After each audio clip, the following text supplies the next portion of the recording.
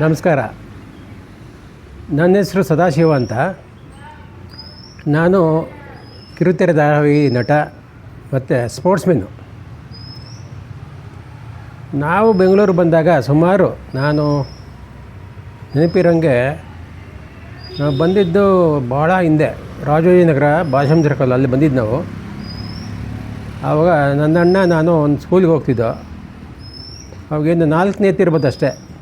ಆವಾಗ ಮನೆಯಲ್ಲಿ ಒಂದು ಪುಟ್ಟದಾಗಿ ಒಂದು ಮೆಸ್ ಥರ ಮಾಡ್ಕೊಂಡಿದ್ರು ನಮ್ಮವ್ವ. ಬಿಂದಾಸ್ ಆಗಿತ್ತು. ಹಸು ಎಲ್ಲ ಕಟ್ಟಿದ್ರು, ಎಮ್ಮೆ ಎಲ್ಲ ಕಟ್ಟಿದ್ರು, ಹಾಲು ಮೊಸರು ಧಾರಾಳವಾಗಿರೋದು. ಆವಾಗೇನು ಬರೀ 8 ರೂಪಾಯಿ ಮನೆ ಬಾಡಿಗೆ ಅಷ್ಟೇ ನಾವು ಕೊಡ್ತಿದ್ದಿದ್ದು.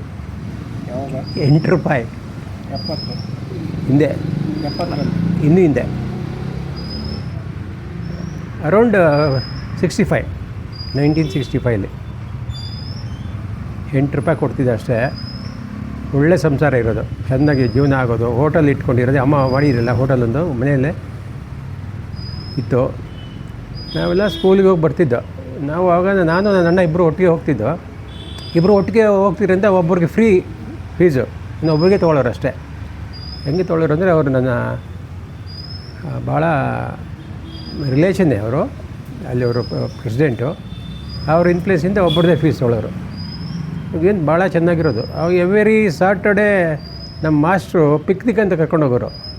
ಪಿಕ್ನಿಕ್ ಅಂದರೆ ಎಲ್ಲಿ ಪಿಕ್ನಿಕ್ಕು ಹೋದರೆ ರಾಜನಗರ ನಾವಿದ್ದರೆ ಅದು ಇಸ್ಕಾನ್ ಇದೆಯಲ್ಲ ಈಗ, ಅಲ್ಲಿಗೆ. ಅದು ಬಿಟ್ಟರೆ ಇದು 40 ಕಣ್ಣು ಬ್ರಿಡ್ಜು ಅಂತ ಬರುತ್ತೆ, ರಾಜ್ಕುಮಾರ್ ಸಮಾಧಿ ರೋಡಲ್ಲಿ ಒಂದು ಅದೆಲ್ಲ ಹೊಲ ಮಾಡ್ತಿರೋ ಹೊಲ. 10 ವರ್ಷಕ್ಕೆ ಕರ್ಕೊಂಡೋಗೋರು. ಬೆಳೆ ಎಲ್ಲ ಬೆಳೆಯೋರಲ್ಲ, 10 ವರ್ಷಕ್ಕೆ ಕರ್ಕೊಂಡೋಗೋರು. ಹೊರಗೆ ಒಂದು ದಿವಸ ಮಜಾ ಲೈಫ್ ಇತ್ತು ನಮ್ಮದು. ಹಂಗೆ ಬೆಳೆದುಕೊಂಡು ಬಂದು ನಾನೇನಾಯಿತು, SSLC ಬಂದಾಗ ನಾನು ಫೇಲ್ ಆಗ್ಬಿಟ್ಟೆ. ಫೇಲ್ ಆದಾಗ ನನಗೇನೋ ಒಂಥರ ಇರ್ಸು ಮುರ್ಸಾಗಿ ಅಣ್ಣ ಬೈದ ಅಂದ್ಬಿಟ್ಟು ನಾನು ಮಿಲಿಟ್ರಿ ಸೇರ್ಕೊಂಡು ಹೋದೆ. ಮಿಲಿಟ್ರಿಗೆ ಸೇರೋ ವಿಷಯ ಗೊತ್ತಾಗ್ಬಿಟ್ಟು ನಮ್ಮವ್ವ ಮನೆ ಓನರ್ಗೆ ಹೇಳ್ಬಿಟ್ಟಿದ್ದಾರೆ. ಆಗ ಅವ್ರು ಕರೆದು ಕೂರಿಸ್ಕೊಂಡು ಪಕ್ಕದಲ್ಲಿ ಏನೋ ತಿನ್ನಲಿಕ್ಕೆ ತರಿಸಿ ತಿನ್ನೋ ಅಂತ ಹೇಳಿಬಿಟ್ಟು ಮೆಲ್ಲಿಗೆ ಪೀಟಿಗೆ ಹಾಕಿದ್ರು. ಏನೋ ಮಿಲಿಟ್ರಿಗೆ ಹೋಗ್ತೀನೋ, ದೇಶ ಸೇವೆ ಮಾಡ್ತೀಯ ನೀನು, ಹೋಗು ಪರ್ಕೆ ತೊಗೊಂಡು ಊರೆಲ್ಲ ಗುಡಿಸು ಅಂತ ಬೈದುಬಿಟ್ರು. ಆಮೇಲೆ ನನಗೆ ಏನೋ ಬೇಜಾರಾಯಿತು, ಸುಮ್ಮನಾದೆ. ಆಮೇಲೆ ನನ್ನ ಅಣ್ಣ ಕೆಲಸ ಮಾಡ್ತಿದ್ದ, ಬಿಲ್ಡಿಂಗ್ ಕಾಂಟ್ರಾಕ್ಟ್. ಅದಕ್ಕೆ ಮುಂಚೆ ಸಣ್ಣ ಹೋಟ್ಲಿತ್ತು, ಅದನ್ನ ಮಾರಿ ಬಿಲ್ಡಿಂಗ್ ಕಾಂಟ್ರಾಕ್ಟ್ ಮಾಡ್ತಿದ್ದ. ಅವನ ಜೊತೆ ಹೋದೆ. ಅವನ ಜೊತೆ ಹೋಗ್ಬೇಕಾದ್ರೆ ಹಂಗೆ ಹೋಗ್ತಾ ಬರ್ತಾ ಇದ್ದ. ಸುಮಾರು ವರ್ಷ ಆದಮೇಲೆ ನನಗೆ ITIನಲ್ಲಿ ನಮ್ಮ ಅಣ್ಣ ಒಬ್ಬರಿದ್ದರು ದೊಡ್ಡವರು, ಅವರು ತೀರೋದ್ರು. ಅವ್ರು ತೀರೋದಾಗ ನನಗೆ ಡಿಪೆಂಡೆಂಟ್ ಕೇಸ್ ಅಂದ್ಬಿಟ್ಟು ನನಗೆ ಕೆಲಸ ಕೊಟ್ಟರು. ಅಲ್ಲಿಗೆ ಹೋದೆ, ಅಲ್ಲಿ ಕೆಲಸ ಮಾಡ್ತಾಯಿದ್ದೆ. ಆಮೇಲೆ ನಾನು ಸ್ವಲ್ಪ ವ್ಯಾಯಾಮ ಮಾಡ್ತಿದ್ದೆನಲ್ಲ, ಅಲ್ಲಿ ಸ್ಪೋರ್ಟ್ಸು ರೆಸ್ಲಿಂಗ್ಗೆ ಸೆಲೆಕ್ಟ್ ಆದೆ. ಆಮೇಲೆ ರೆಸ್ಲಿಂಗ್ ಸೆಲೆಕ್ಟ್ ಆದೆ. ITI ಹೋಮ್ ಗಾರ್ಡು ಟೀಮಲ್ಲೂ ಇದ್ದೆ, ಸಂಟ್ ಜಾನ್ಸ್ ಆಂಬುಲೆನ್ಸ್ ಬ್ರಿಗೇಡು ಅದರಲ್ಲೂ ಇದ್ದೆ. ಆಮೇಲೆ fine arts, ITI fine arts ಸೊಸೈಟಿಲೂ ಇದೆ, ಕೆಲಸ ಮಾಡ್ತಿದ್ದೆ. ನಾನು ಬ್ಯಾಕ್ ಸ್ಟೇಜ್ ಆವಾಗ ಕೆಲಸ ಮಾಡ್ತಿದ್ದೆ. ಆಯಿತು, ಹಿಂಗೆ ಏನೋ ಆವಾಗ ಜಂಜಾಟ. ನಾನು 93ನಲ್ಲೇ VR ಕೊಟ್ಬಿಟ್ಟೆ. 74 ಅಪಾಯಿಂಟ್ಮೆಂಟ್ ಆಗಿತ್ತು. 93ಲೇ ಸ್ವಲ್ಪ ಕಷ್ಟ ಆಯಿತು, ಏನೋ ತೊಂದರೆ ಸಿಕ್ಕಾಕ್ಬಿಟ್ಟು ನಾನು VR ಕೊಟ್ಬಿಟ್ಟೆ. ಬರೀ 79,000 ರೂಪಾಯಿ ತೊಗೊಂಡು ಹೊರಗಡೆ ಬಂದೆ 93ರಲ್ಲಿ. ಭಾಳ ಕಷ್ಟಪಟ್ಟೆ. ಆಮೇಲೆ ಬಂದೆ, ಬರೀ 70 ರೂಪಾಯಿಗೆ ಒಂದು ಕಡೆ ಕೆಲಸಕ್ಕೆ ಹೋಗ್ತಿದ್ದೆ ನಾನು. ಆಗಲೇ ನನಗೆ ಮದುವೆ ಆಗಿತ್ತು, 2 ಮಕ್ಕಳು. 70 ರೂಪಾಯಿಗೆ ದಿನಕ್ಕೆ ಕೆಲಸಕ್ಕೆ ಹೋಗ್ತಿದ್ದೆ ಒಂದು ಪ್ಲಂಬರ್ ಹತ್ರ. ಹಾಗೆ ನಾನು ಪ್ಲಂಬಿಂಗ್ ಕೆಲಸ ಕಲ್ತ್ಕೊಂಡೆ.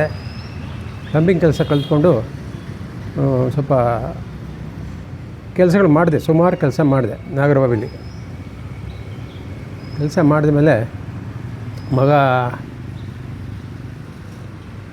Education ಮುಗಿಸ್ದ, PUC. ಮಗಳು ಪರವಾಗಿಲ್ಲ, ಅವಳು BCom ಮಾಡಿದ್ಲು, ಆಮೇಲೆ MBA ಮಾಡಿದ್ಲು. ಅವರು ಸೆಟ್ಲಾಗಬೇಕಾದ್ರೆ ಸುಮಾರು ವರ್ಷ ಆಗೋಯ್ತು. ಆಮೇಲೆ ಏನಾಯಿತು, ಏನು ಆಗಿನ ಜೀವನ. ಆವಾಗ ಆ ಮಕ್ಕಳು ಆ ಲೆವೆಲಲ್ಲಿರ್ಬೇಕಾದ್ರೆ ನಾನು ಬರೀ 3,500 ಬಾಡಿಗೆ ಕೊಡ್ತಾಯಿದ್ದೆ. ಎಷ್ಟು? 3,500 ಅಷ್ಟೇ. ಅದಾದಮೇಲೆ ಹಿಂಗೆ ಕೆಲಸ ಮಾಡಿಕೊಂಡು ಮಗ ಒಂದು ಕಡೆ ಕೆಲಸ ಸೇರಿಕೊಂಡ. ಅವನಿಗೆ ಒಂದು 6,500 ಕೊಡೋರು ಅಷ್ಟೇ. ಆವಾಗ ಅದಕ್ಕೆ ಮುಂಚೆ ನಾನು ಒಂದು ಕಂಪ್ನಿಲಿ ಕೆಲಸ ಮಾಡ್ತಿದ್ದು. ನನಗೆ 5,000 ಚಿಲ್ಲರೆ ಕೊಡೋರು, ಅವನಿಗೆ ಬರೀ ತಿಂಗಳ 1,500 ರೂಪಾಯಿ, ಅಂದರೆ 50 ರೂಪಾಯಿ ದಿನಕ್ಕೆ 1,500 ರೂಪಾಯಿ ಕೊಡೋರು. ಒಬ್ಬ ಎಲೆಕ್ಟ್ರಾನಿಕ್ ಇಂಜಿನಿಯರ್ ಹತ್ರ ಅವನಿಗೆ ಹೆಲ್ಪರ್ ಹಾಕಿದ್ರು. ಅವ್ನು ಹಂಗೆ ಕೆಲಸ ಎಲ್ಲ ಕಲ್ತ್ಕೊಂಡು ಅಲ್ಲೇ ಒಂದು ಕಡೆ ಅಲ್ಲಿ ಬಿಡಿಸ್ಬಿಟ್ರು. ಬಿಡಿಸಿದ ಮೇಲೆ ಒಂದು ಕಡೆ ಸೇಲ್ಸ್ ರೆಪ್ರೆಸೆಂಟೇಟಿವ್ ಆಗಿ ಹೋದ, ಸೇಲ್ಸ್ಮೆನ್ ಆಗಿ ಹೋದ. ಅಲ್ಲಿ ಹೋಗಿ ಸ್ವಲ್ಪ ದಿವಸ ಕೆಲಸ ಮಾಡ್ದ. ಆಮೇಲೆ ಎಲೆಕ್ಟ್ರಾನಿಕ್ ಕೆಲಸಗಳನ್ನ ಅವನೇ ಸ್ವಲ್ಪ ಖುದ್ದಾಗಿ ಇಂಟ್ರೆಸ್ಟ್ ಆಗಿ ಕಲ್ತ್ಕೊಂಡು ಈಗ ಅವನು ಸ್ವಂತ ಬಿಸ್ನೆಸ್ ಮಾಡಿಕೊಂಡು ಒಂದು ಕಂಪನಿ ಮಾಡ್ಕೊಂಡಿದ್ದಾನೆ. ಈ ಪರವಾಗಿಲ್ಲ, ಚೆನ್ನಾಗಿ ನಡೀತಾ ಇದೆ. ಈಗ ಏನೇನು ನಡೀತಾ ಇದ್ರು ಆಗಿನ ಕಾಲದಲ್ಲಿ ಇತ್ತಲ್ಲ, 8 ರೂಪಾಯಿ ಬಾಡಿಗೆ. ಈಗ ಏನು ಬಾಡಿಗೆ ಕೊಡ್ತೀವಿ ಅದರಲ್ಲಿ 10 ಸಂಸಾರ ಜೀವನ ಮಾಡ್ಬೋದಾಗಿತ್ತು. ಈಗ ಬರೀ ಬಾಡಿಗೆ ಮಕ್ಕಳು ಇಷ್ಟಕ್ಕೆ 2 ಲಕ್ಷ ರೂಪಾಯಿ ಬೇಕು. 2 ಲಕ್ಷ ಸಾಲಲ್ಲ, ಮಕ್ಕಳಿಗೆ ಒಂದು ಮಗುಗೆ 1.5 ಲಕ್ಷ ಬೇಕು ವರ್ಷ ಸ್ಕೂಲು ಫೀಸು. ಆಮೇಲೆ ಮನೆಯಲ್ಲಿ ನಮ್ಮ ಖರ್ಚಿಗೆಲ್ಲ ಸೇರಿದ್ರೆ ಲಕ್ಷಾಂತರ ರೂಪಾಯಿ ಬೇಕು. ಆಗಿನ ಕಾಲದಲ್ಲಿ ಬರೀ 8 ಪೈಸೆ 5 ಪೈಸಕ್ಕೆ ಇಡ್ಲಿ ದೋಸೆ ಎಲ್ಲ ಸಿಗೋದು. ಈಗೇನು ಒಂದು ಒಳ್ಳೆ ಹೋಟ್ಲಿಗೆ ಹೋದರೆ 100 ರೂಪಾಯಿ ದೋಸೆ ಅಂತಾರೆ, ಕಾಫಿ 50 ರೂಪಾಯಿ ಅಂತಾರೆ. ಏನು ಜೀವನ ಇದು? ಇಲ್ಲಿಗೆ ಬಂದಿದೆ ಕತೆ. ಅದಕ್ಕೆ ಯಾವಾಗಲೂ ಸ್ವಲ್ಪ ಹಿಂದಿನ ಕಾಲದಲ್ಲಿ ನಾವು ಹೇಗಿದ್ದೋ ಅಂತ ನೋಡಿಕೊಂಡು ಈಗ ಜೀವನ ಮಾಡೋದು ಭಾಳ ಒಳ್ಳೆಯದು. ಅವಾಗ ಕಷ್ಟಪಟ್ಟಿದ್ದೀವಿ, ನಾವು ಉಪವಾಸ ಇಲ್ಲ. ಈಗ ಭಗವಂತ ಕೊಟ್ಟಿದ್ದಾನೆ, ಆದರೆ ನಾವು ದುರಾಸೆಯಿಂದ ಬೇರೆ ದಾರಿ ಹಿಡಿಬಾರ್ದು. ಆದರೆ ಯಾರಿಗಾದ್ರೂ ಒಂದು ಲೋಟ ನೀರು ಕೊಡಬೇಕು, ಮಜ್ಜಿಗೆ ಕೊಡೋದು ಬೇಡ, ಒಂದು ಲೋಟ ನೀರು ಕೊಡಬೇಕು. ಇಲ್ಲ ಅದು ಆಗಲಿಲ್ಲ ಅಂದರೆ ನೋಡಪ್ಪ ಅಲ್ಲಿದೆ ಹೋಗು, ಅಲ್ಲಿ ಹೋಗು, ಅಲ್ಲಿ ಊಟ ಕೊಡ್ತಾರೆ ಹೋಗಪ್ಪ ಅಂತ ಅಲ್ಲಿ ಕಳಿಸ್ಬೇಕಷ್ಟೇ. ಬೇರೆ ನಮ್ಮ ಉಪದ್ರೆಲ್ಲ ಮಾಡೋಕ್ಕೆ ಹೋಗಬಾರ್ದು. ಇದೇ ಜೀವನ. ಬೆಲೆಗಳಲ್ಲೂ ಯೋಚನೆ ಮಾಡಿದ್ರೆ ಆವಾಗೇನು ಸುಮ್ಮನೆ ನನ್ನ ಬಾಲ್ಯದಲ್ಲಿ 8 ಪೈಸೆ ಕೊಟ್ಟು ಒಂದು ಬನ್ ತಿಂತಾಯಿದ್ದೆ. ಬನ್ 8 ಪೈಸೆ. ಇವತ್ತು 10 ರೂಪಾಯಿ 8 ರೂಪಾಯಿ ಆಗಿಬಿಟ್ಟಿದೆ ಒಂದು ಬನ್ನಿಗೆ. ಬಾಳೆಹಣ್ಣು ಅವೆಲ್ಲ ಲೆಕ್ಕಕ್ಕೆ ಇರ್ತಿರಲಿಲ್ಲ ಅವಾಗ. ಈಗೇನು 100 ರೂಪಾಯಿ ಕೆ ಜಿ, 50 ರೂಪಾಯಿ ಕೆ ಜಿ. ಪಚ್ಚಬಾಳೆ 50 ರೂಪಾಯಿ ಇದೆ, ಏಲಕ್ಕಿ ಬಾಳೆ 100 ರೂಪಾಯಿ ಆಗಿಬಿಟ್ಟಿದೆ. ತರಕಾರಿ ಏನಿಲ್ಲ, ಅದರಲ್ಲೆಲ್ಲ ಬರೀ ಮೆಡಿಷನ್ ಹಾಕಿ ಬೆಳೆದಿರೋದನ್ನೇ. ಮಿನಿಮಮ್ 60 ರೂಪಾಯಿ ಮೂಲಂಗಿ ಆಗಿದೆ.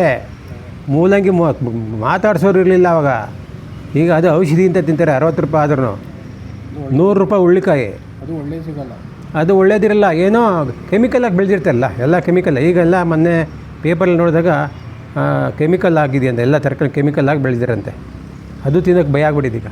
ನೀವು ರಾಜಾಜಿನಗರ, ನಾಗರಬಾವಿ, ಆಮೇಲೆ ಅಂದ್ರಳ್ಳಿ ಬಂದರೆ? ರಾಜಾಜಿನಗರ ನಂದು ಫಸ್ಟು, ನಾಗರಬಾವಿ, ರಾಜಾಜಿನಗರ, ನಾಗರಬಾವಿ. ಅಲ್ಲೇ ಬೆಳೆದಿದ್ದೆ? ರಾಜಾಜಿನಗರಲ್ಲಿ ಬೆಳೆದಿದ್ದಿಲ್ಲ, SLCವರೆಗೂ. ಆಮೇಲೆ ಈ ಕಡೆ ಬಂದೆ. ಮದುವೆ ಆದಮೇಲೆ ನಾಗರಬಾವಿ ಇದ್ದೆ. ನಾಗರಬಾವಿ ಈ ಕಡೆ. ಅದಕ್ಕೆ ನಾಗರಬಾವಿ ಅಂದರೆ ಅಲ್ಲಿ ಬಾವಿ ಇತ್ತು? ನಾಗರಬಾವಿ ಅಂದರೆ ಅಲ್ಲೇ ಅದು ಏನೋ ಪುರಾತನ ಹೆಸರು ನಾಗರಬಾವಿ ಅಂತ. ಈಗ ನಾಗರ ಅಂದರೆ ಈಗೆಲ್ಲ ನಾಗ ಹಾವುಗಳು ಇರೋ ಜಾಗದಲ್ಲಿ ನಾವಿದ್ದೀವಿ. ಅವನ್ನೆಲ್ಲ ಓಡಿಸಿ ನಾವು ಮನೆ ಕಟ್ಕೊಂಡು ಎಲ್ಲ. ಬಾವಿ ಇತ್ತಂತ ಕೊಡೋದು ಗೊತ್ತಿಲ್ಲ. ನಾಗರಬಾವಿ ಅಂತ ದೊಡ್ಡ ಹೆಸರದು. ಇಷ್ಟು. ಆಮೇಲೆ ಆಂಧ್ರಹಳ್ಳಿ ಬಂದ್ವಿ. ಈ ಆಂಧ್ರಹಳ್ಳಿ ಅಂದರೆ ಇಲ್ಲಿ ಆಂಧ್ರದವ್ರು ಇದ್ದಾರೆ? ಇಲ್ಲ, ಅಂದರಹಳ್ಳಿ. ಅಂದರಹಳ್ಳಿ ಅಂದರೆ ಚಂದದ ಹಳ್ಳಿ ಅಂತ. ಅಂದರಹಳ್ಳಿ. ಅದು ಹೋಗಿ ಆಂಧ್ರಹಳ್ಳಿ ಅಂತ ಆಯಿತು. ಸುಂದರವಾದ ಹಳ್ಳಿ, ಹೋಗಿ ಆಂಧ್ರಹಳ್ಳಿ ಅಂತ ಹೇಳಿ. ನಾನು ಅಂದ್ಕೊಂಡೆ ಆಂಧ್ರದವರು ಜಾಸ್ತಿ ಇದ್ದಾರೆ. ಇಲ್ಲ, ಆಂಧ್ರಹಳ್ಳಿ ಅಂತಾರೆ ಈಗ. ಅದು ಅಂದರಹಳ್ಳಿ. ಇಲ್ಲಿಗೆ ಯಾವಾಗ ಬಂದ್ರಿ? ನಾವಿಲ್ಲಿ ಬಂದು 15 ವರ್ಷ ಆಯಿತು. ಡಿ ಗ್ರೂಪ್ ಲೇಔಟ್ಗೆ. 2011. ಹೌದು. ಇಲ್ಲಿ ಬಂದಾಗಲೇ ಸುಮಾರು